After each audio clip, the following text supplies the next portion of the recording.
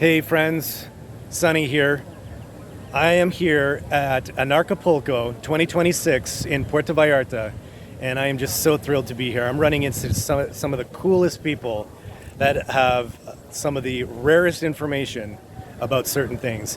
And I'd like to introduce you to my now friend Phil, who I ran into the other day.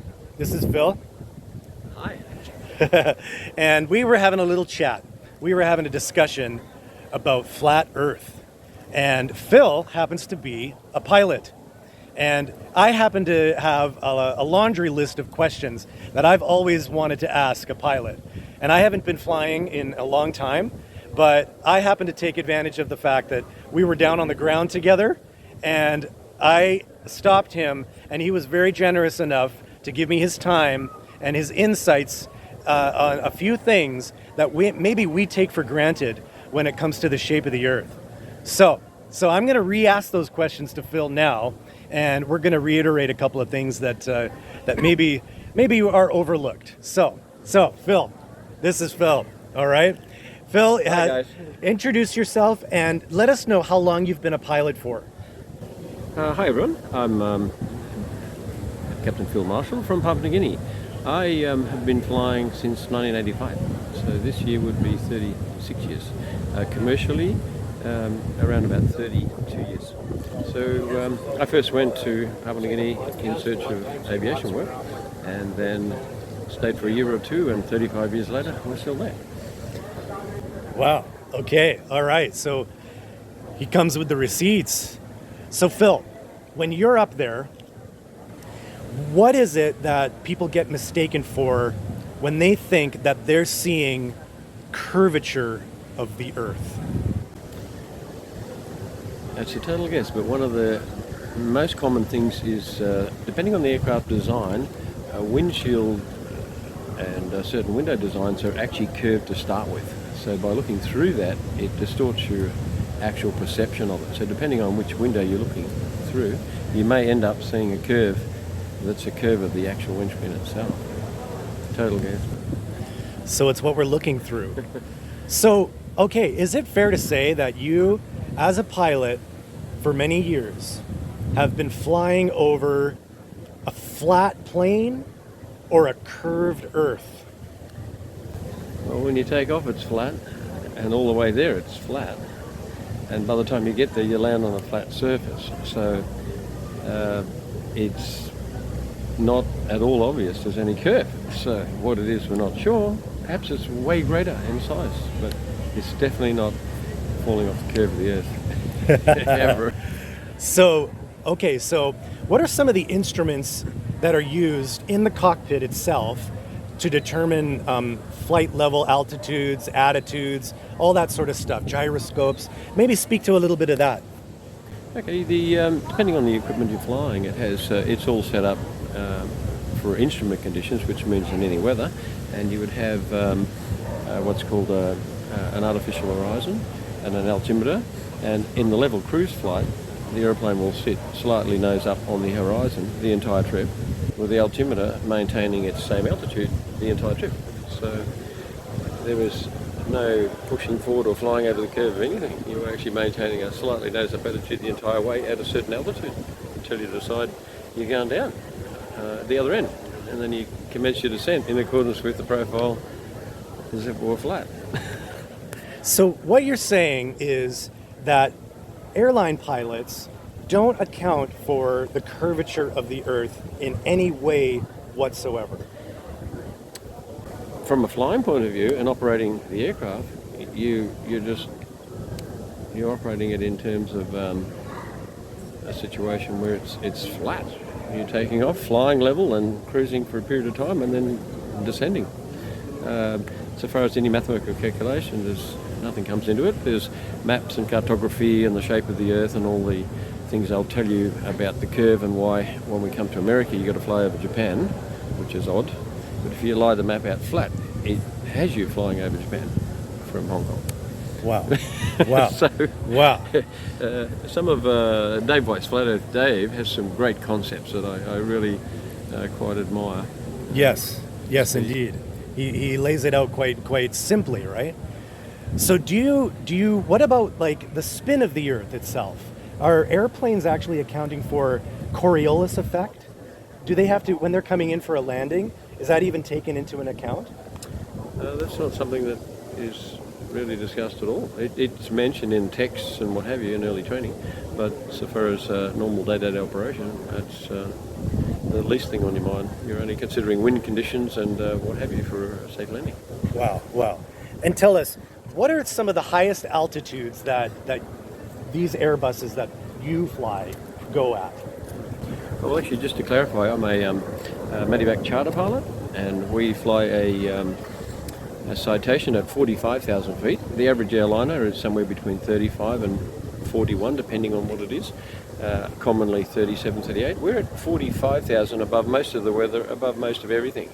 And being above most of the weather at that point, you can still see the tops of the weather off into the distance in every direction.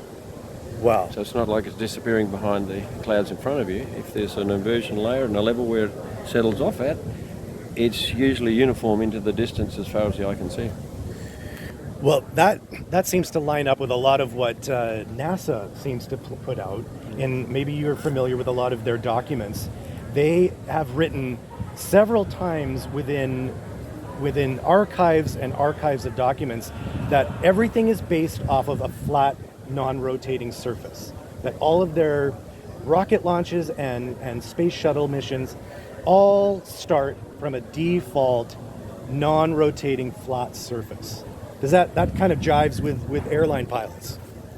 I guess it would. I'm not totally familiar with their writings or text, but the basic planning and flight planning takes into account you're taking off on a flat surface, or depending which airstrip you're on, some in the mountains, but generally for airliners, fly to a target altitude, maintain that for a period, and then commenced a descent in accordance with the constant angle to the touchdown point. No consideration of curve at all. Wow. Wow. So all you're looking down at is a patchwork of flat land that just extends in all directions. Depends what you're flying over. In the country I fly, there's many mountains, and it's a lot of terrain. But when you put yourself in a oceanic situation across water and what have you, it's once again appears to be quite reasonably flat. I couldn't say either way. But we're not flying over a curve or pushing forward to get over the curve at any time. What do you have to say to those people that think that, if an airplane is flying straight, that eventually they would have to fly straight off the globe into space? Like, that just doesn't happen ever, does it? No. I think depending on the performance of the airplane, limited by atmospheric would only take you to a certain point anyway. But yeah, it's interesting concept. Yeah. And okay, we'll wrap it up here shortly. Would you say it's pretty unanimous between all aircraft, whether it's an airplane or a fighter jet or something even faster, that they account for all of these same things or don't account for things like curvature and all fly across a flat, level surface? Would you agree with that? It would appear as though all the planning is done on the basis that it's a level plane. There is no consideration during normal operations to be able to cater for a curve as you are flying. Once again, you're going to take off, target, get to an altitude, and maintain that altitude all the way there. Yeah. If that answers your question, yeah. Okay, one last question. Are pilots under some kind of non-disclosure agreement to protect this sort of knowledge, this information, or is it just like out of sight, out of mind? If anybody asks, I can be honest with them, but I'm not supposed to speak up about it. Is that in your training requirements in the beginning? Are you told not to say anything about this, or is it a choice? Depending on the company you work for, aspects of the operation of the company are confidential, so we're bound by that. But so far as the flying point of view, it'd be personal opinion, I guess. There's nothing that says you can or cannot have an opinion on what you think it is. So, in my opinion, it's not what we're told. it's different from what we're told it is.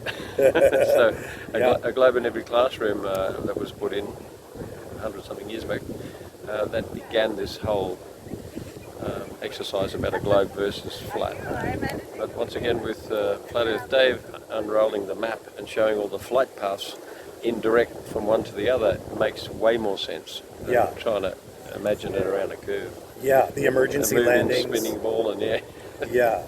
So, a personal opinion only, but the company does not, nor does the industry. There may be some that would feel a little bit concerned to talk about this subject, be ridiculed or what have you. But from a general point of view, I don't really care what other people think. That's not my business. And it's not like you're going to lose your job talking about this to people that are interested, like coming up to the cockpit and asking the pilot a question or anything like that, right? Providing it doesn't breach any company protocol regarding confidentiality of operations or what have you. It's just a personal opinion. Yeah. Okay. All right. Any last words to people that still think they see curvature from 45,000 feet? Keep looking, because not only with the flat Earth concept versus the globe concept, everything is not what we're being told. So keep looking. Yeah. Keep searching. Yeah. You will find a lot more answers. Yeah. That's it. Okay, Phil. Thank you so much, everybody. Big hand to Phil. Appreciate it a lot, man. All right. You're very Cheers. welcome. Yeah. Thank you so much.